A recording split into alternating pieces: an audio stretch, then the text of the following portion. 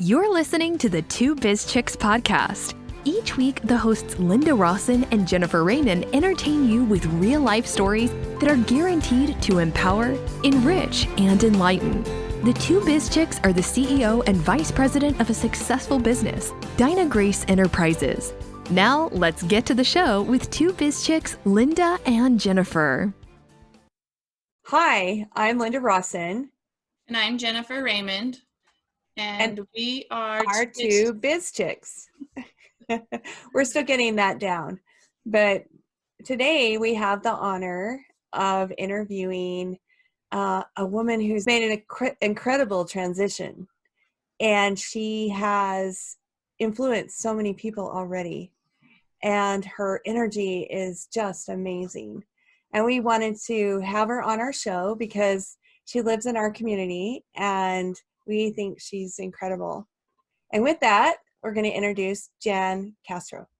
Hi, I'm Jan Castro, and I'm a shamanic and energy holistic healer.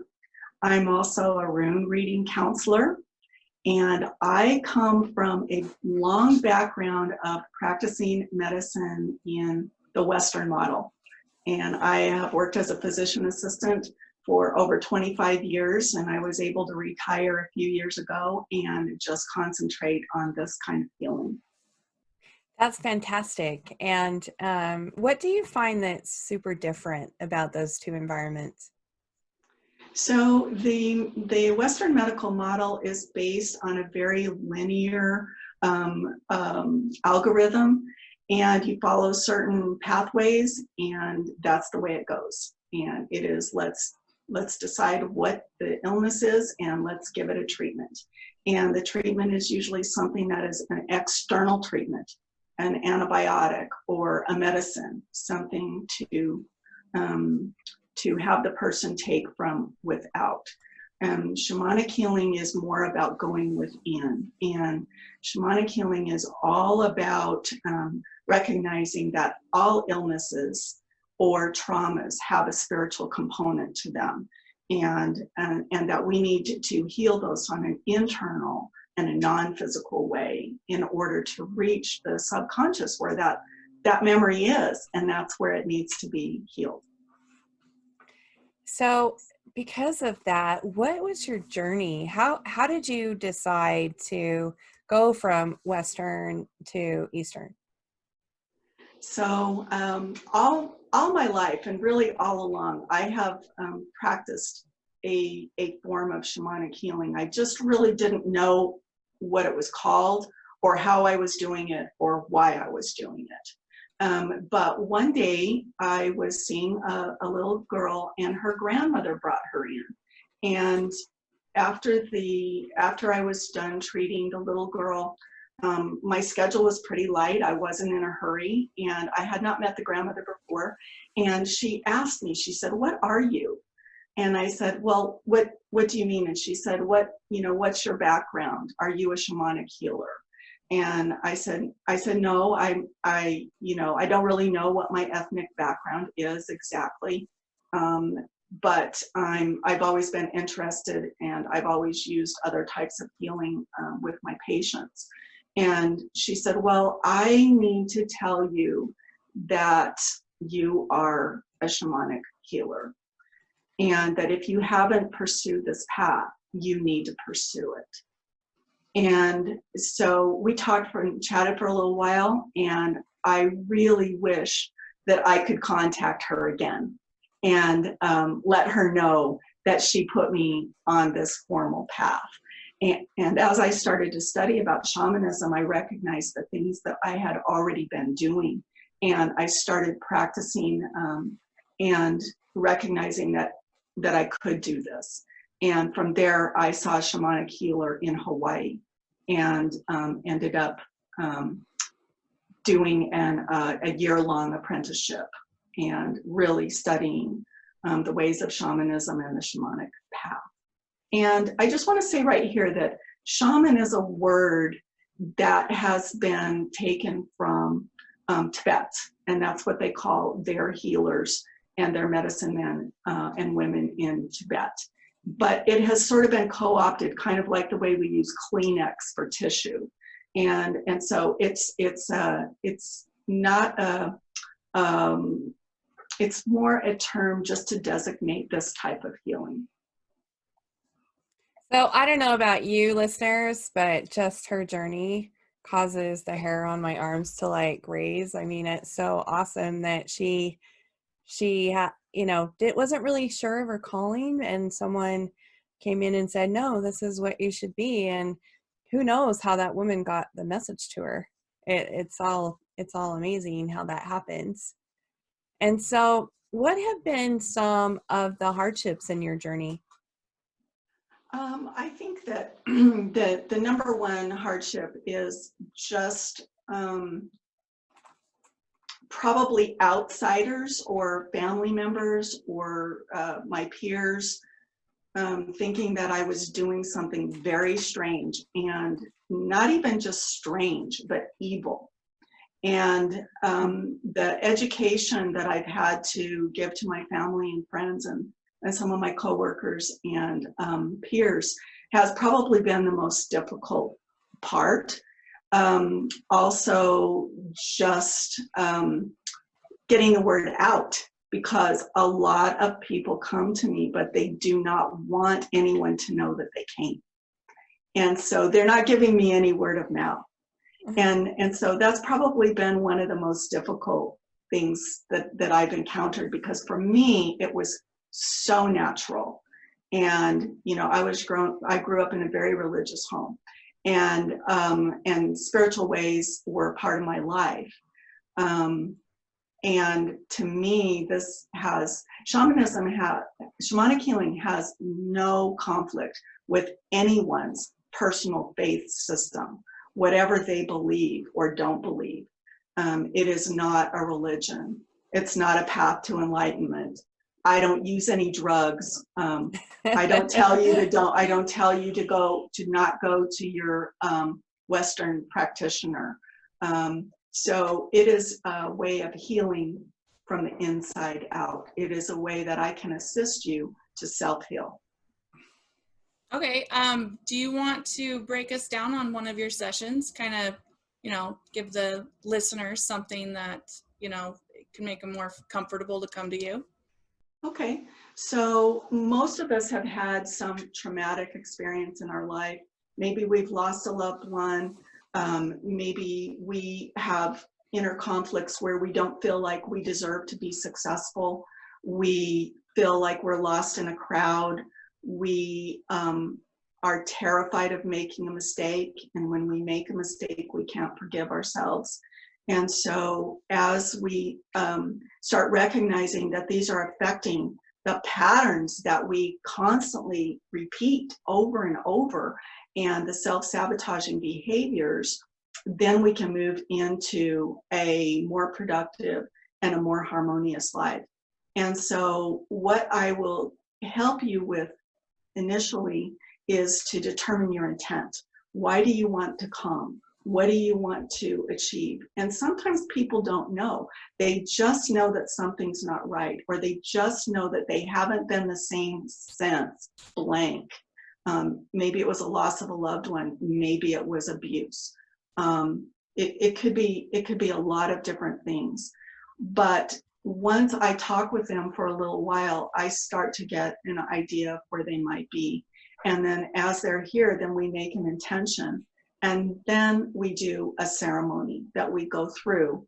And what I do is I help form a bridge between the seen and the unseen worlds to help you break down any of those barriers that have been caused by emotional repression that you caused to become stuck in you. Anything where you've had a trauma so bad that a part of your soul just disassociates and just breaks off and stays trapped in that time space or that timeline. And so that's why you can't heal. For example, if it's an abuse type of thing, a piece of you is still back in that abused situation.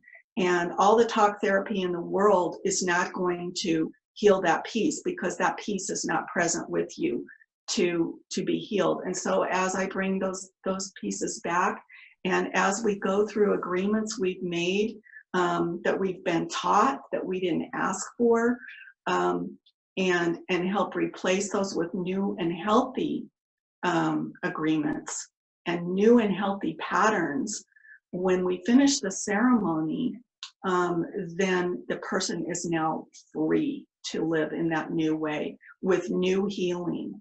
And the life force energy that had been stripped off of them or that had been blocked is now replaced and put in balance. So my biggest goal is to balance you spiritually and physically. If we're out of balance with our, and we're only concentrating in our physical world, then we're out of balance. If we're only concentrating on the spiritual realm, the la-la land, then we're out of balance with our physical world. And so my goal is to bring the spiritual and the physical into right alignment. Very good. And I know that I came to you and had my runes read, and maybe some of our listeners don't even know what runes are. Do you want to explain some of the tools that you use? I would love to talk a little bit about rune reading. This is an ancient art. The energy of each rune has continuously vibrated throughout the universe for all of time. They are considered like the seed sounds in the same way, and each rune carries a specific meaning of the specific energy that's behind it. And so it's a really powerful tool that you can use to help understand what's going on within you and the world that's surrounding you. And runes are about looking inside of yourself, looking at your own soul to see what's there and what's been blocking you. And what I do is I use a medicine wheel and I use a runic wheel. And the rune wheel is based on the Nordic cosmology of the world tree and the 9 worlds. And each of those represent a part of yourself. And as you place yourself in the center of that, and we lay the runes all around you, in each direction, we can see where you have blockages, where things are stopping you, and where energies are working against you. And then we can also see where the energies are working for you. And by doing that, we can open our minds to see solutions to the problems that we're facing. And rune reading isn't so much about future telling or divination, although it is in a way. But we have to remember that our future hasn't happened yet. We live in the ever-changing present moment. And we have the choice to what we weave into our past and what we put into our past by the choices we make in the present. But then as we weave those into our past, that creates our future options. And so it's a very powerful tool to see what energies are working for you, what energies are working against you. And the goal also in this, for me, my only goal is self-empowerment and giving you the confidence that you need to let go of your past, follow your destiny, move forward, move into just a more happy and a more peaceful life. Very good. So That's wonderful. Yeah, we love that.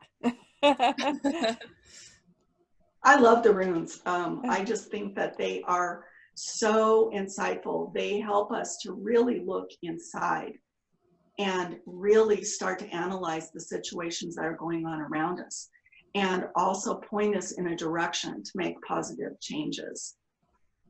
That's great. So when somebody wants that reading, is it better to do it in person?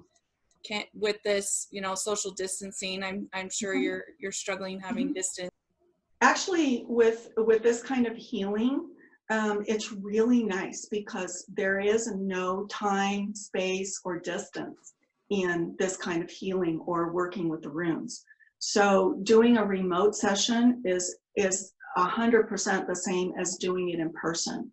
So even when people are just can't travel to me. I have clients all over the world. I have people in Vietnam, Iraq, Sri Lanka, Dubai, Australia.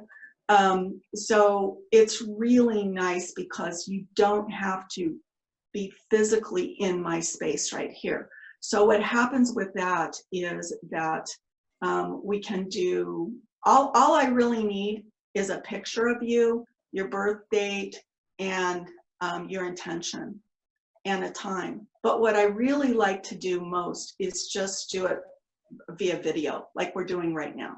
So you can get a hold of me. We'll do it exactly like you were right here in the room with me. And it's just the same. Very That's good. great. So, how did all these people all over the planet find out about you? So I have one of my mentors. He has started to get really busy, and so he knows that because I did part of my training and because I do so much distance work, that I'm very, very comfortable with it. And so he has sent me referrals from people all over the world, and then from them they have given me referrals to other people, and so that's how that part of it has happened. Also, people that run onto my webpage from who knows where will contact me from my webpage, and we'll go from there. Some word of mouth is now finally getting out there, which is really nice. But I did help with a shamanic retreat last summer, and I met a group of people from Australia there and from other parts of the world. And so that's part of where it came from also. So is there a really odd experience that you can share with us? Like one that maybe took a little bit longer or is kind of different? Well, I can tell you about myself. Okay. Because to me, this is probably the most profound shamanic thing that's happened to me is really with myself. So if you look at my website, you can read my story. But I went through 6 years of severe abuse, spousal abuse. I was stabbed, I was beaten, I was choked.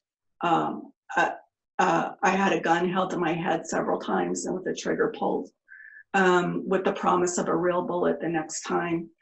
And I was so, when I finally got out of it, I won't go into that whole story, but then I was able to go on and go to PA school and do all these kids, and I was married and I had my kids, and I just worked through all of that and got into medicine where I wanted to be.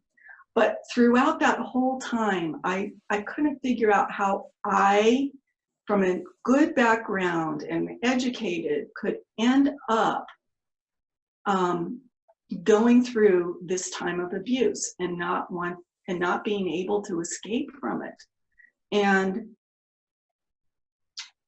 time went by. I went to counselors, I went to ropes courses, I went to all these different things. I read a lot of books, and people just kept saying, oh, well, you know, time will help you heal. You're not around it anymore. But I could never, ever get rid of it. I could never get rid of this feeling that I wasn't worth anything. And finally, I did go to a shamanic healer, and I had one session that showed me the agreements that I had made in my past that allowed this to happen to me. And when he removed those agreements and removed those blockages and protected me energetically from this person who was still stalking me, my heart was pounding during the session, and I was scared. But when I was done, I came out a new person. I walked out of there a new person, and I said to my husband, my husband now, who is a wonderful man, a great guy, 24 years had my back and everything. But from that moment forward, I have not allowed that back into my life. And I was never able to get over it prior to that, with all of the Western medicine techniques and all of the things I knew how to do. And with one shamanic healing, I was healed from that trauma of my past and able to move forward on my path, on my true path. And all of us who practice any of this type of medicine, we know that our number one thing, a person client, is ourselves. And we must do our own self-work in order to be balanced to help other people. But I would say that, personally, that is my, number one experience. And, probably in my other things, I probably like to, I keep my sessions really private. So I don't want to, ruin any of that confidentiality. Oh yeah, but your story is just amazing that you overcame that, for Oh, sure. I do have a story that I can think of that just came to mind. Okay. I had a lady contact me, and she told me that that some people, she was from another country, that some people had placed a curse on her. And she actually showed me this little figurine that they had placed in front of their house, in their little garden. And I did the session with her, and we went through the whole thing, and I can't tell you the details of that. But I will tell you that she contacted me a week later, and one of the perpetrators of that bad energetic thing that they did to her was caught in the parking lot where she worked trying to rape another person, and was taken to jail and prosecuted for other crimes also. So I thought that was, and she had felt that she was not protected from him, and she felt like the healing and what we did during the healing corresponded to what had happened to him. I don't know if that's true, I don't know, but it was very interesting to get that call back from her. Wow, because maybe if she hadn't have gone through that session, he might have hurt her. Yeah, in her parking lot.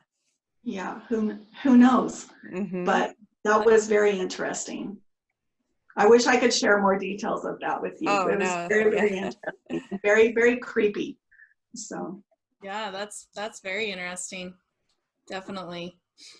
So you talk about overcoming your family not understanding. What were some of the things that you tried to get them to be open-minded about? Is there any resources or tools that you've tried to help them understand? I have tried to show them that all indigenous societies, including white people, we all have a background where we use ancient techniques like these were used for healing. And, even remnants of it that you see, when you fall off a horse, you've got to get right back on it. Most of these older healing ways were all about dealing with the issues really soon, within 3 days of when they occur. Well, what happens with us in our society is we don't deal with things for years and years. They build up with and create all kinds of blockages and intrusions within us. And so I tried basically to get people to understand that, number one, this is not a religion. I have not turned away from all of my religious upbringing. And I think that a lot of people were afraid of that. And I also wanted to let people know that when we use the elements of the earth and the sky, and the energies that surround us from our physical world, that we're not doing anything that is against our personal religious beliefs. And I think that people who, who are open to that are able to see that. And then there are people who are not open to that, no matter what you say. They are on their focus, and they're not going to be swayed from that focus. So I don't try to influence those people anymore. I used to think that I needed to do that, like I needed to show people. And now I let those people come to me and ask questions, and then I can go from there. The other thing that I use, or that is a very, very non-threatening technique, is the medicine that we get from medicine wheel, from using the wheel, because that we can talk about our life cycles. And if I say to you, where are you at right now on the medicine wheel? If east is, birth and new beginnings, and south is growing your seeds and planting them and watering them, and west is harvest, and north is the winter and the end of a cycle. Where are you in that? And I can take anyone from a mom who's got a child going away to college or serving a foreign mission, and say, where are you on this wheel? And they pick it up right here. Well, I'm at the end. I am an empty nester, and I'm suffering, and I'm in the darkness, and I can help them move through that cycle and show them. And so I think the medicine wheel balancing is the one thing that is very, very non-threatening, and most people can relate to. The other thing I've come in contact with is people who say, oh, you have no right to this medicine. It wasn't passed down to you. You don't belong to a tribe that you were selected to speak for the tribe. And I said, well, yes, I'm not part of a tribe. I don't perform the tribal medicine woman, shaman person for the tribe. I'm not telling people when to plant their plants. But all of us have a history. All of us have DNA within us, passed down from many, many, many, many generations, that give us the connection to our roots. And the connection to our roots provides us with this medicine. This medicine, this healing is available to everybody. I think that's great. That's really great. My husband's family is actually Native American, so it's really good to hear that not only Native Americans can have, this kind of healing. So I think that's really powerful. Every tradition, I don't take traditions from other cultures, but the healing itself is universal. And each culture practices their healing ceremonies in different ways, and in different traditions, and they use different symbols and different metaphors. That's awesome. So so you retired from being a PA, is that true? And then began your business journey. It sounds like you're pretty tech savvy. Do you have any tools that can help other people? I wouldn't call myself tech savvy, but I'm not afraid to try. I'm not afraid. I'm not afraid to mess around with it until I figure it out.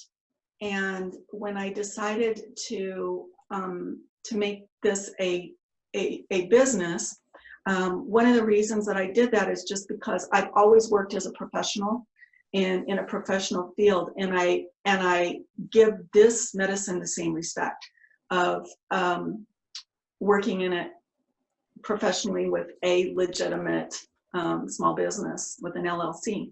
And I first decided to do that and to figure out what do I need to do to get a business license. So I went to the business to the city office and got the application, and they referred me to the Business Resource Center. And they said, oh yeah, it's free, you know, you can go there. And I did go there, and I'm telling you, they helped me from beginning to end to set this up and walk me through the steps and encourage me all along the way. So if you don't know how to do something, find somebody who does, who's willing to show you, and let them help you put it into action. It's great. Is there a particular book that you're reading now that you really enjoy, or a particular book that has made an impact on you?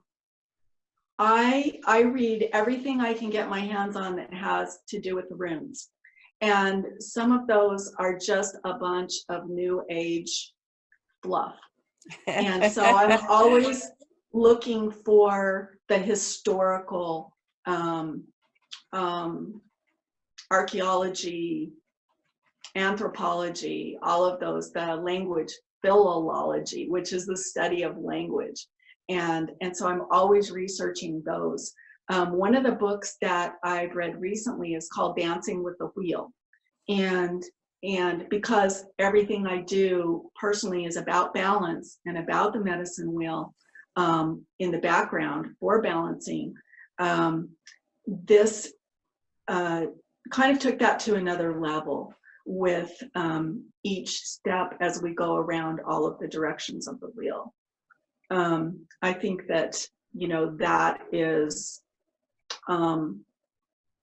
if we can get ourselves into a good balance and right alignment with all living things and all living creatures, then we are going to be in right alignment with spirit and physical.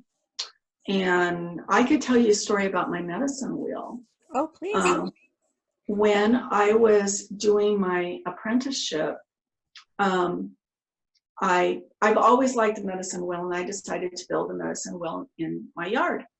And my husband helped me do that. And my next class that I was coming up on, he started talking about the medicine wheel. And I said, oh, look what I just did. I built this medicine wheel. And he's like, that's really good. Now, you know, journey to the medicine wheel, go through the teachings of the medicine wheel. And he gave me a lot of assignments and things that I needed to do with that. And I painted this big rock, and I thought that it looked like a mountain lion. And so I painted a mountain lion on it. And I also painted an eagle and a bear and some different things kind of to represent the different elements. And my husband helped me carry it out, and I put it out by my medicine wheel. And we live on the edge of town, and so behind us is a big field. And so the next morning when I got up, I was looking out the window, and I saw a mountain lion in the field back there. And so I ran outside, and I got on my medicine wheel, and I watched her. She was far enough away I didn't feel in danger, you know, but I was able to watch her and play my flute out there. And so I felt like that was a very early reinforcement of the fact that I am supposed to do this medicine. And when I told my teacher, my mentor about it, he's like, definitely, that's not a normal thing that happens. When those things happen, it's sort of letting you know that you're in right alignment and that the spirit world is there to help you along your path. So I've had that encounter with the mountain lion. And then I also had an encounter when I was 15 with black bear. And I look back on that now, and I see how that relates to my life today. And many of us, if you start thinking about it, have had an encounter with an animal either in a dream or in real life. And a lot of times they come to you for a reason, and they give you power and strength and remind you of the attributes that you have within yourselves that are similar to their attributes. So do you feel like your animal, your totem animal, is a mountain lion? It's one of them. Oh, interesting. Yeah, a lot of times you don't really tell people what your power animal is, or your spirit animal is, and you share that only with specific people. But I can, that's one thing that I do also, is power animal retrieval, if anyone is interested in that too. Well, that's great. Do you have any goals for the next few months or the next year? I know right now it's pretty fluid, but any business goals to try to grow? I do have goals. My first goal was to take my clients the next step beyond personal acquaintances to family members, to their personal acquaintances, then to generic people who just find me, not because they were referred to me by somebody, but they just are, looking on the internet, or run onto my website, or find me on Google My Business. And so I have had, in the last couple of months, 2 people come to me that literally had no other contact with me other than Google My Business. And so I feel like it has finally starting to reach those rings that are beyond just my personal acquaintances. And of course I want that to grow, but I am retired. I am not going to schedule myself like an office. I refuse to do that. All of my appointments are all of my sessions are by appointment. We make an appointment that works for you and that works for me, and so I'm very flexible in that. And so my goal is to be steady, but I do not want to be overly busy with it. I want to have space. I want to hold the space for each client that comes, so that they feel special, and I'm not rushed or hurried or stressed out about anything. I love this work. I want and sometimes the kind of work you're doing is emotionally tiring. Like, you get worn out. Yeah, I can get mostly since I don't absorb it. I don't and I don't carry the person's issues within myself, but I want to be fresh for them. I want to be all about them. I don't want to just be coming out of another session and going into one with another person.